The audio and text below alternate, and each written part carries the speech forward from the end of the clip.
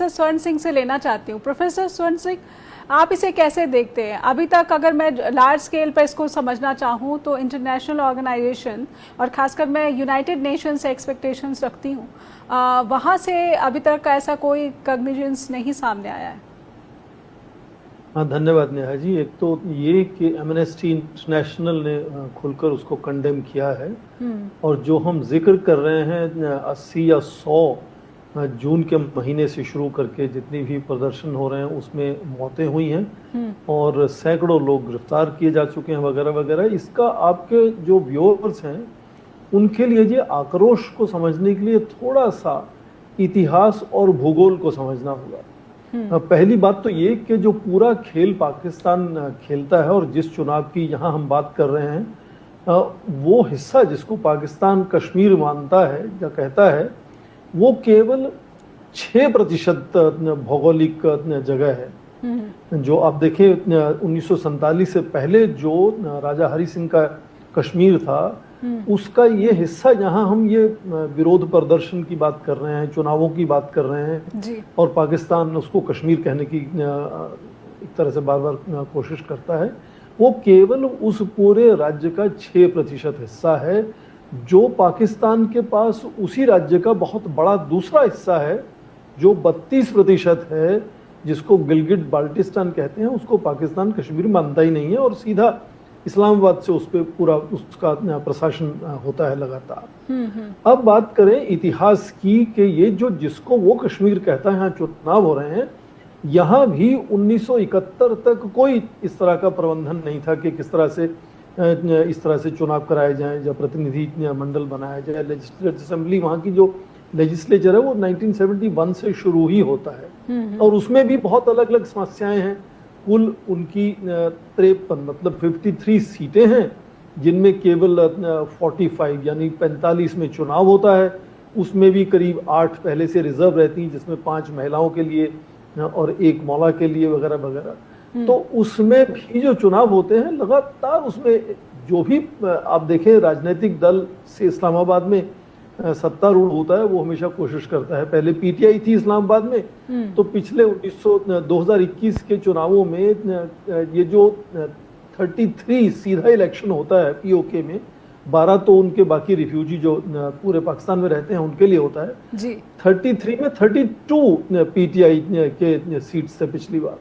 तो इस बार यही एकदम आसार नजर आ रहे हैं कि पीएमएल नवाज जो है, जो पाकिस्तान में सत्तारूढ़ पार्टी है इस वक्त, वो अभी तक जो चुनाव हो चुके हैं 2 बार में करीब 34 सीटों पर चुनाव हो चुके हैं और कहा जा रहा है कि 23 उसमें पहले से ही पीएमएल के हो चुके हैं। तो ये जो सत्तारूढ़ पार्टी होती है वही क्यों यहाँ बार बार सत्तारूढ़ पार्टी बनकर यहाँ आती है, और जब आती भी है तो पीटीआई का जैसे हाल पाकिस्तान में हुआ, आपने देखा इमरान खान को जेल में डाल दिया गया, सरकार गिर गई, वैसा ही हालात यहाँ हुआ।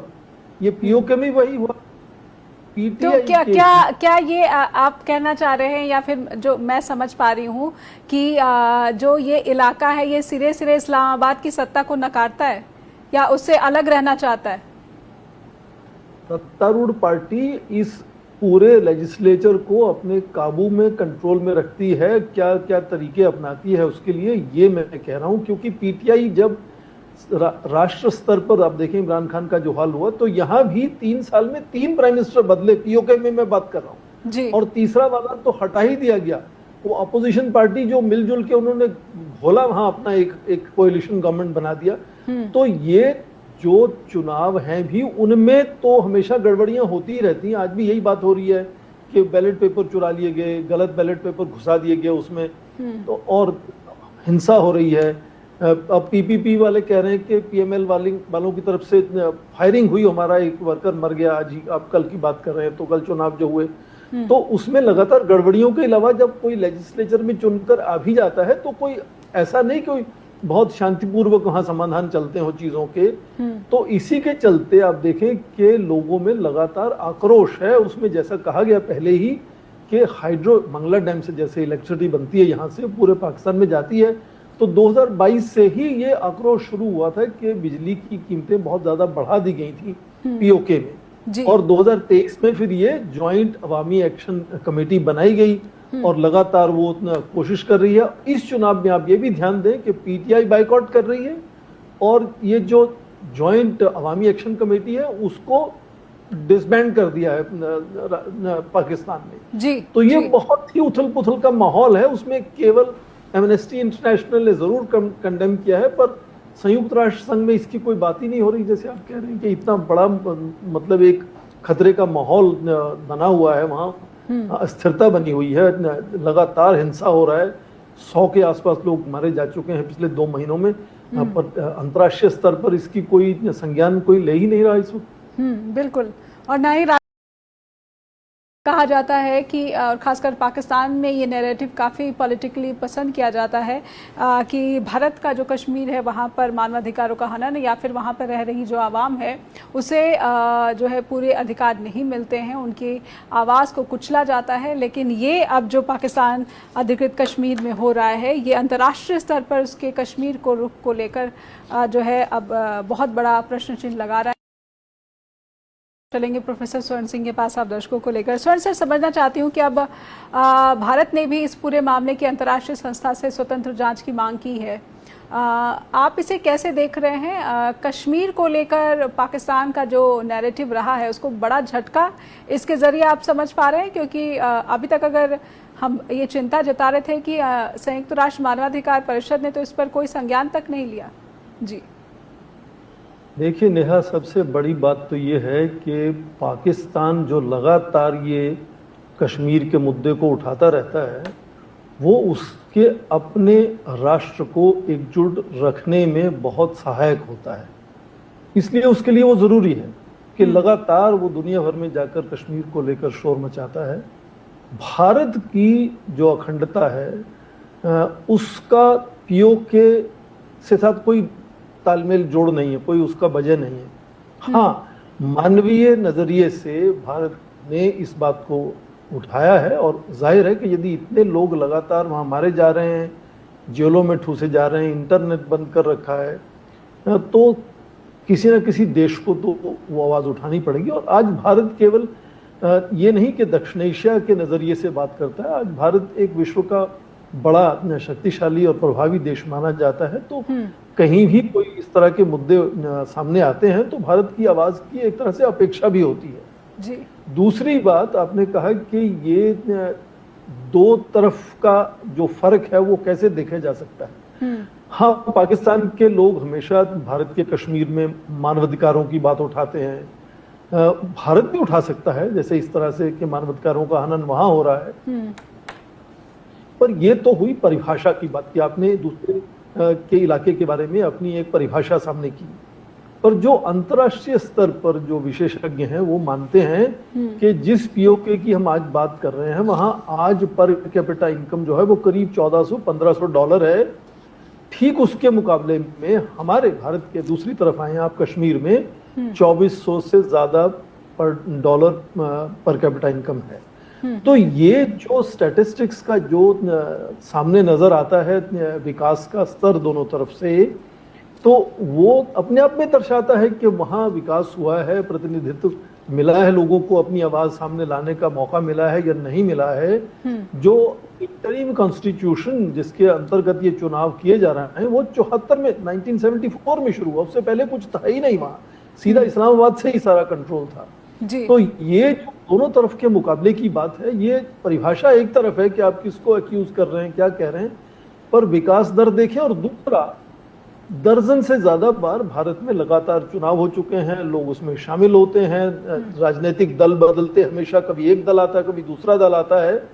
आप पीओके की बात देखें, मैंने पहले भी कहा कि पीओके में क्या होता है कि जो इस्लामाबाद में सत्तारूढ़ दल होता है वही अक्सर ये पीओके में भी अपनी सरकार बनाता है। कैसे बनाता है वो अलग बात है, भारत में तो ऐसा नहीं होता। आप देखें हमारे भारत के कश्मीर में अक्सर दूसरे दलों की सरकार होती है और दिल्ली में दूसरे दल की सरकार होती है। तो ये फर्क भी वहां देखना और समझना जरूरी है। और उसमें भी पीओके में एक और बात खास है जी, वहां सरकार कौन बनाता है, वहां जो राष्ट्रीय राजनीतिक दल हैं, चाहे वो पीपल्स पार्टी हो या पीएमएल नवाज हो या फिर वो पीटीआई हो पाकिस्तान तहरीक इंसाफ, ये राष्ट्र की पार्टियां हैं। और ये पीओके जब वहां आप उनको जो चुनाव होता है लेजिस्लेटिव असेंबली के नेता का, उसको आप वजीर आजम कहते हैं, उसको मुख्यमंत्री नहीं कहते। तो यदि उसको वजीर आजम इंटरिम कॉन्स्टिट्यूशन के अंतर्गत कहा जाता है तो इसका मतलब वो पूरी तरह से पाकिस्तान का हिस्सा नहीं हुआ। फिर ये क्यों कि जो इस्लामाबाद में सत्तारूढ़ दल है उसी की सरकार में बनती है, और जो लोकल 2 या 3 छोटी छोटी पार्टियां हैं उनको 1 या 2 या 3 कभी कभी सीट मिल जाती है, कभी नहीं भी मिलती है। तो ये जो प्रतिनिधित्व है लोकल वहां के अवाम का, वही आप देखें कि ये जो हम बात कर रहे हैं ज्वाइंट अवामी एक्शन कमेटी की, वो इसीलिए महत्वपूर्ण हो जाती है क्योंकि वो वहां के स्थानीय लोगों की आवाज उठाकर सामने लाने की कोशिश कर रही है। और जो चिंता का विषय इस्लामाबाद के लिए सबसे बड़ा है, क्यों उन्होंने उसको डिसबैंड किया, क्योंकि लगातार जो ज्वाइंट अवामी एक्शन कमेटी है वो कह रही है कि हमें पीओके में ज्यादा ऑटोनॉमी चाहिए जी, और इस्लामाबाद का पॉलिटिकल इंटरफेरेंस कम चाहिए, हमें अपना आर्थिक विकास चाहिए। तो ये जो आवाजें हैं ये तकलीफ पहुंचाती है इस्लामाबाद को। उनको लगता है कि ये रुझान किस तरफ जा रहा है, इसीलिए वो भारत की उसमें फिर जोड़ते हैं उसको। अभी तो वो तालिबान के साथ भी भारत को जोड़ रहे हैं, तालिबान के साथ युद्ध हो रहा है, वो कह रहे हैं ये प्रॉक्सी पाकिस्तान कह रहा है कि ये इंडिया का प्रॉक्सी है ये। तो उनकी अपनी जो असफलता है, जब मुश्किलें हैं, चुनौतियां हैं, वो ना सुलझा पाने के बावजूद, मतलब उसी की वजह से वो भारत का लिंक वहां करते हैं। पर स्थानीय लोगों को क्योंकि प्रतिनिधित्व नहीं मिल पाया पिछले 50-70 सालों में, 50 सालों से चुनाव होते हुए भी, इसीलिए आज जो ज्वाइंट अवामी एक्शन कमेटी है वो बहुत ज्यादा खास बन जाती है, और इसीलिए उसको डिसबैंड भी किया है क्योंकि वो चिंता का विषय था इस्लामाबाद के लिए है। जी बिल्कुल, जेएसी का जो रोल है वो पिछले कुछ समय से लगातार प्रभावी होता जाए। अगर ये चुनाव भी हो जाते हैं और वहाँ पर फिर से अगर सत्ताधारी जो पार्टी है उसी का कब्जा हो, या फिर जो भी पार्टी यहाँ पर बहुमत जिसको मिलता है, जिसका भी जो है नेता चुना जाता है, अब इससे आगे आप क्या देखते हैं? क्या ये पूरी दुनिया देखकर इस पूरे एपिसोड को भूल जाएगी? जो शरीफ गवर्नमेंट है, संवाद हम सब जानते हैं कि लंबे अरसे से इस पूरे के पूरे इलाके में प्रोटेस्ट हो रहे हैं, जेएसी लगातार अपना प्रभाव मजबूत भी कर रही है, लेकिन इसका कोई फर्क, कोई असर नहीं दिख रहा है, ना ही शरीफ गवर्नमेंट पे, ना ही फील्ड मार्शल जनरल असीम मुनीर पर, क्योंकि उन्हीं की सेना जो है यहाँ पर किस तरीके से असॉल्ट राइफल का इस्तेमाल हो रहा है और स्नाइपर्स का इस्तेमाल हो रहा है, टारगेट करके प्रोटेस्टर्स को जो है वो हत्याएं हो रही हैं। स्वर्ण सर। नेहा जी, आपने अपना सवाल का कुछ हद तक जवाब दे भी दिया साथ में।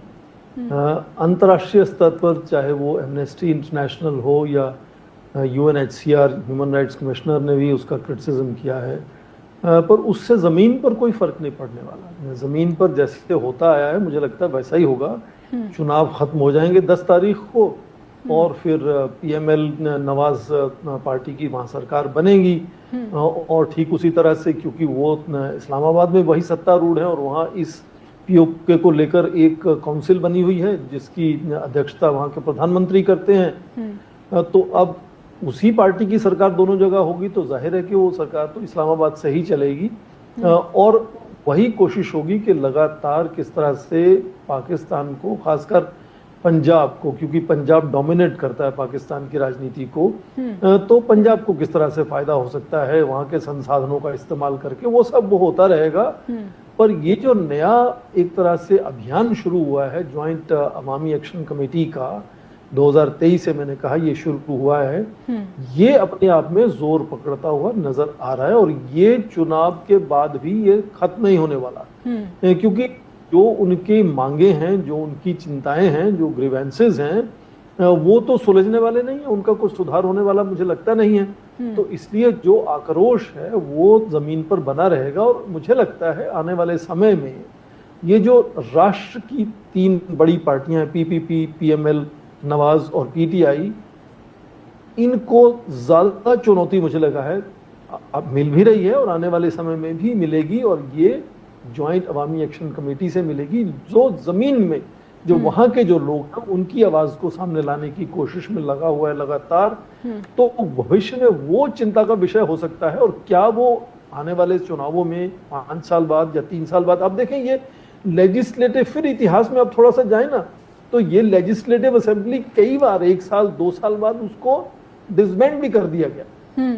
पर पाकिस्तान अगर देखा जाए कि अपने जो दूसरे प्रांत है, बलूचिस्तान है और अन्य जो खैबर पख्तूनख्वा है, वहाँ पर भी जो इंसर्जेंसी कह लें या फिर जो सरकार विरोधी गुस्सा है उसको जिस तरीके से कुचलती आ रही है, तो ऐसा लग नहीं रहा है कि सरकार कुछ गंभीर यहाँ पर संवाद के प्रति होगी। थोड़ा समय भारत का क्या रोल हो सकता है, भारत की भूमिका यहाँ पर अंतर्राष्ट्रीय मंच पर क्या हो सकती है, भारत से कुछ अपेक्षा, क्योंकि आप कह रहे पूरी दुनिया में अब भारत एक मजबूत देश और एक मजबूत आवाज़ है, एक प्रभावी देश है, तो उस रोल में अगर देखा जाए तो भारत से कुछ अपेक्षाएं की जा सकती हैं कि भारत किसी तरह का प्रस्ताव लाए या भारत किसी तरह से इसे अंतर्राष्ट्रीय मंच पर रखने की कोशिश करे।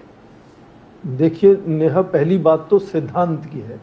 यदि आपके पड़ोस में खासकर कहीं भी लगातार इस तरह का हिंसा हो रहा है, उसमें लोगों पर मानव अधिकारों का हनन हो रहा है, इतनी बार खबरों में आ रहा है कि इतने 100 के आसपास लोग मारे जा चुके हैं, अंतर्राष्ट्रीय मीडिया को वहाँ जाने से रोक दिया गया है, वहाँ जैसे इतने विदेशी मीडिया अब वो लोग देख नहीं पा रहे टेलीविजन वगैरह वहाँ, तो ये अपेक्षा जाहिर है कि सैद्धांतिक तौर पर चाहे और कोई वजह हो ना हो, जो भारत जैसा देश है उसको वो मुद्दा उठाकर अंतर्राष्ट्रीय स्तर पर ले जाना होगा, या कोई भी किसी तरह से कोशिश करनी होगी कि वहाँ संतुलन शांति बनाई जा सके किसी तरह से, जैसे भी भारत सहायता दे सकता है देगा।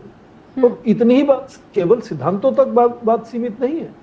जब भारत ये कहता है कि ये अभिन्न अंग है भारत का, भारत तो यही कहता है ना कि पूरा कश्मीर भारत का अभिन्न अंग है, तो वहां के लोग जो हैं उनकी समस्याएं, उनकी चिंता, उन पर हिंसा होना जो है उसके सामने भारत तो चुप नहीं बैठ सकता। भारत को तो कुछ ना कुछ उसके बारे में करना होगा। अब क्या संभव है, किस तरह से, किस मंच पर क्या बात को आप उठा सकते हैं ताकि कम से कम, देखिए उद्देश्य वही है कि वहां लोगों को प्रतिनिधित्व मिलना चाहिए जब तक वो भारत के साथ जुड़ नहीं जाते तब तक, और वो भी नहीं होता तो कम से कम उनकी जो ग्रीवेंसेस हैं उसकी सुनवाई तो होनी चाहिए कम से कम। और तीसरी बात ये कि भारत पूरे दक्षिण एशिया में सबसे बड़ा देश है, और जो इस तरह से विरोध प्रदर्शन करते हैं, जो लोग अपनी सरकारों से परेशान होते हैं या अपनी ही सरकारें उन पर एक तरह से हिंसा बरसा रही होती हैं, तो उन प्रदर्शनकारियों की भी कुछ एक तरह से उम्मीद होती है कि यदि भारत दुनिया का अपने आप को सबसे बड़ा लोकतंत्र मानता है और ये निर्गुण सम्मेलन का अपने आप को बड़ा हिस्सा मानता है वगैरह वगैरह, सिद्धांतों से अपनी विदेश नीति चलाना चाहता है, तो वो विरोध करने वाले जमीन पर जो लोग हैं उनका मनोबल बनाने के लिए भी मुझे लगता है कि भारत को ये बात उठानी होगी। हाँ, अपने कायदे कानून के अंदर रहते ही भारत इस बात को उठाएगा, और इसलिए जहाँ इसके संभव मंच है यहाँ इस बात को उठाया जा सकता है, उठाया जाना चाहिए। पर अंतर्राष्ट्रीय जगत तो इसे विवादित क्षेत्र मानता है। निहालुद्दीन